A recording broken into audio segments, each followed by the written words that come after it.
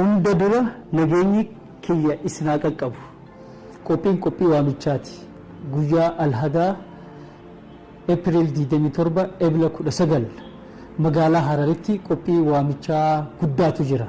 Nutis akka hundeessitoota baankii Raamis kanatti baankii kana wajjin sirriitti hojjechaa jirra. Isinis uummanni keenya sirriitti baankii kana wajjin dhaabbatanii hojjechuu qabdan. Baankiin tun akka duratti isin beeytanii miti. Baankii tana sirriitti irra duunee hojjennee walqixxeessinee amma bulchiinsi hundi haarawa. Baankota biyya kanaa gurguddaa kana wajjin walqixxaattee waliin makamtee jirti. Wanni sirraa irratti uummanni isii itti fayyadamuu qofa. Baankii kana sirriitti itti fayyadama. Akkumaan reefu jeetti qophii tanarratti yoo namni miliyoonni 10 hirmaate birruma kuma takka akkaawuntii bantanii yoo galchitan birrii biliyoona 10 galchitan. Baankiin kun sadarkaa baankii tokkoffaa dhaqee jira. Rakkoo takka hin qabu qulqulleessinee jirra ammallee keessa jirra huma takka hin sodaatina.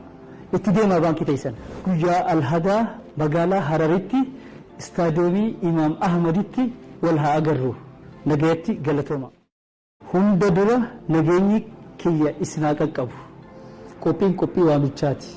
Guyyaa alhadaa April 27 Ebla 19 magaalaa Hararitti qophii waamichaa guddaatu jira. Nutis akka hundeessitoota baankii Raamis kanatti baankii kana wajjin sirriitti hojjechaa jirra. Isinis uummanni keenya sirriitti baankii kana wajjin dhaabbatanii hojjechuu qabdan. Baankiin tun akka duratti isin beeytanii miti. Baankii tana sirriitti irra duunee hojjennee walqixxeessinee amma bulchiinsi hundi haarawa. Baankota biyya kanaa gurguddaa kana wajjin walqixxaattee waliin makamtee jirti. Wanni sirraa irratti uummanni isii itti fayyadamuu qofa. Baankii kana sirriitti itti fayyadama.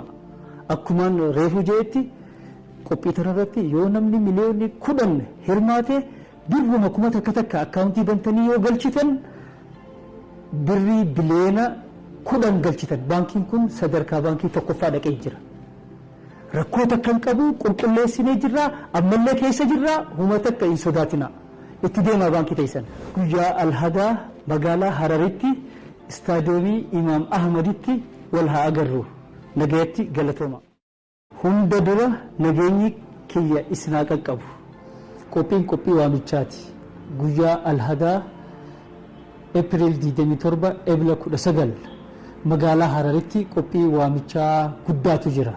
Nutis akka hundeessitoota baankii Raamis kanatti baankii kana wajjin sirriitti hojjechaa jirra.